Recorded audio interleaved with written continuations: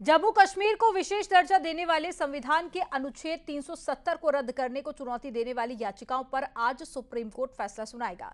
Supreme court ये फैसला सुनाएगा, धारा 370 को रद्द करना संवैधानिक था या फिर अवैध।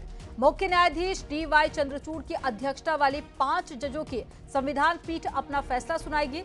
आपको बता दें कि सुप्रीम कोर्ट ने 16 दिनों की सुनवाई के बाद 5 सितंबर को अपना फैसला सुरक्षित रख लिया था और आज सुप्रीम कोर्ट अपना फैसला सुनाएगा।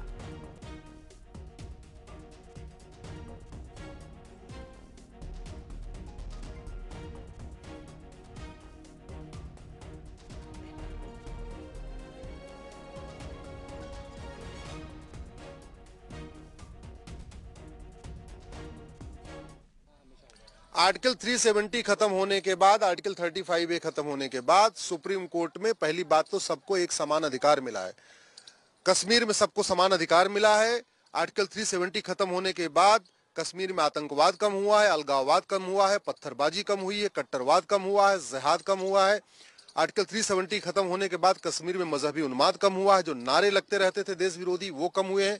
और सबसे बड़ी बात ये, कश्मीर में विकास बहुत तेजी के साथ शुरू हो गया। आर्टिकल 370 के बाद जो केंद्र सरकार का पूरा पैसा बंदरबाट हो जाती थी, भ्रष्टाचार में जाता था, उस पर लगाम लगी है। इसलिए 370 को हटाना बहुत आवश्यक था।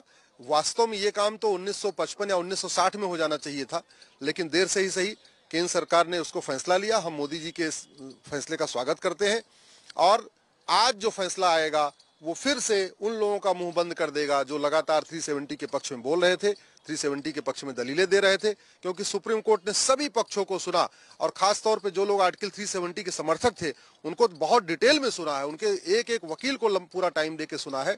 इसलिए आज जो फैसला आएगा वो उन सभी सवालों का जवाब हो जाएगा और आर्टिकल 370 और आर्टिकल 35A हमेशा हमेशा के लिए एक पास्ट हो जाएगा, दोबारा वो कभी नहीं बहाल होगा।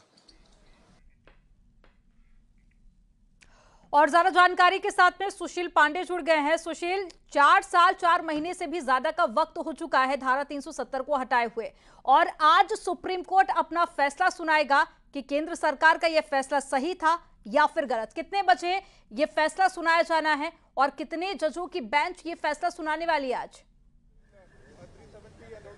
जी देखिए, साफ तौर से अपने आप में ये अहम फैसला होगा फिलहाल जम्मू कश्मीर के लिए, क्योंकि साफ तौर से केंद्र सरकार का जो फैसला है वो कितना संवैधानिक रूप से सही है, इसका परीक्षण आज देश की सबसे बड़ी अदालत 5 जजों की संविधान पीठ के जरिए करेगी। हालांकि इस पूरे मामले में जस्टिस DY चंद्रचूड़ जो सुप्रीम कोर्ट के चीफ जस्टिस हैं वो हेड कर रहे थे। इसमें संजय किशन कौल और तमाम जो जज हैं वो फिलहाल शामिल हैं। इस पूरे मामले में तमाम याचिकाकर्ताओं को बहुत तल्लीनता से सुप्रीम कोर्ट ने सुना और 16 दिन तक लगातार मैराथन सुनवाई चली।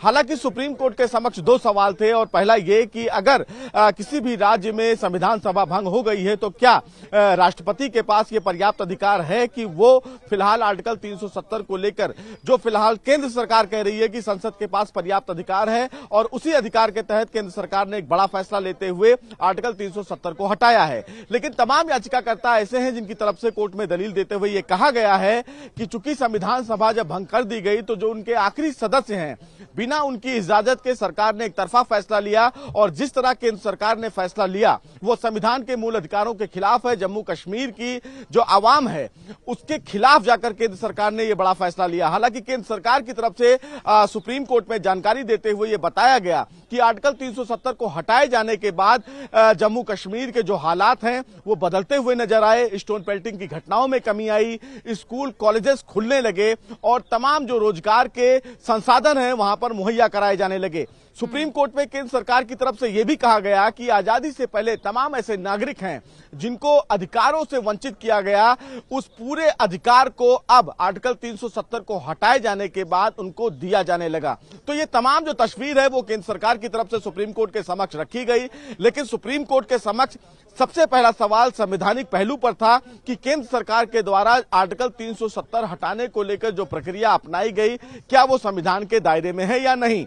याचिकाकर्ताओं की तरफ से बार बार ये कहा जा रहा था कि एक तरफा जिस तरह से फैसला लिया गया वो फैसला अपने आप में सवालों के घेरे में है और ऐसे में सुप्रीम कोर्ट ही आखिरी उम्मीद है।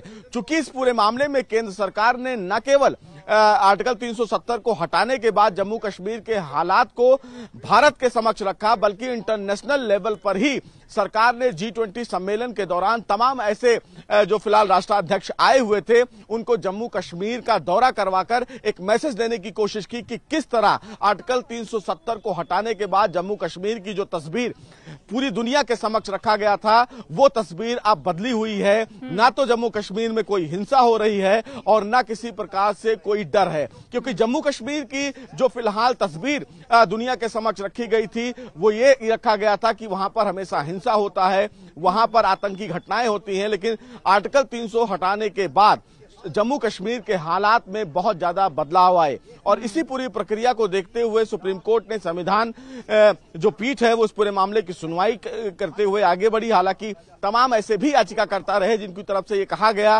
कि हालात कितने बदले उस पर हमें बहस नहीं करनी चाहिए, हमें बहस इस मुद्दे पर करनी चाहिए कि जो प्रक्रिया अपनाई गई केंद्र सरकार के द्वारा क्या वो सही है या नहीं।